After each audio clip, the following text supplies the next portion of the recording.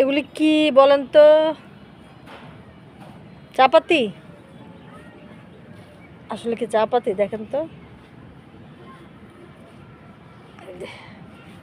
আজকে ছাদে একটু সময় পেলাম, আজকে শুক্রবার ছুটির দিন। আজকে কাজের ফাঁকে চিন্তা করলাম যে কাজগুলো একটু সেরে ফেলি বাগানের। এই যে আসলে এগুলি হচ্ছে গোবর। আমার এর আগে গতকাল একটা ভিডিও গেছে, আসলে এত বাতাস ছিল ছাদে, হঠাৎ করে মনে হলো যে বৃষ্টি চলে আসবে, তাড়াতাড়ি এগুলি ত্রিপল দিয়ে ঢেকে রাখলাম। তো আজকে একটু রৌদ্র, বাতাস নাই, দেখেন আজকে তেমন বাতাস নাই।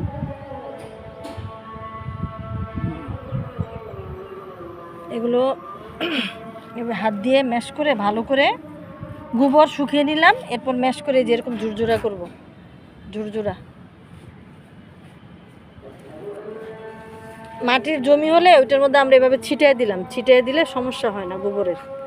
কিন্তু যখন আমি ছাদ বাগানে গাছগুলোতে সার সার অথবা যেটাই দেই না কেন, বিশেষ করে গোবর সার, সেটাকে আমি ভালো করে শুকিয়ে এরকম ঝরঝরা করে নিব, নিয়ে পরে মাটির সাথে ভালো করে মিক্সড করবে। যে দেখেন কেমন ঝরঝরা হয়েছে, একদম মনে হচ্ছে যে চা পাতি শুকালে ঝরঝরা যেরকম হয় সেরকম। এই যে আমাদের আতর ভাই আর আমি দুজনে মিলে এই কাজটা আজকে শেষ করব। এরপরে এটাকে কিভাবে দিব আপনাদেরকে একটু আমি দেখাই, কিভাবে এটাকে আমি দিব গাছের গোড়ায়। পরে গাছের গোড়ায় তো দিব না, এই যে আমার পেয়ারা গাছ, এটাকে অবশ্য কাটিং করে দিয়েছি। এই যে এখন খুশি চলে আসছে, বড় হয়ে গেছে।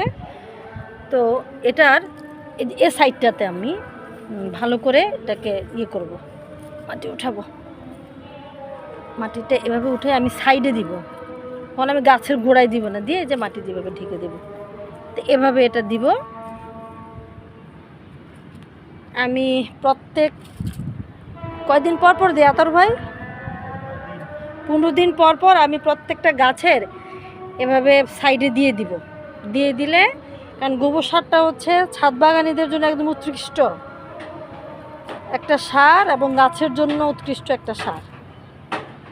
তো এভাবেই গাছগুলোতে যদি আমি 15 দিন পর পর সারগুলো দিয়ে দিতে পারি, তাহলে আমার গাছের ফলও ভালো থাকবে এবং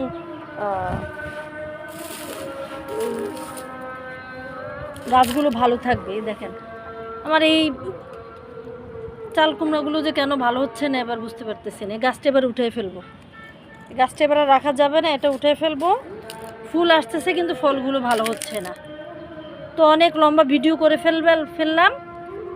সবাই ভালো থাকবেন, সুস্থ থাকবেন, দোয়া করবেন। আসসালামু আলাইকুম।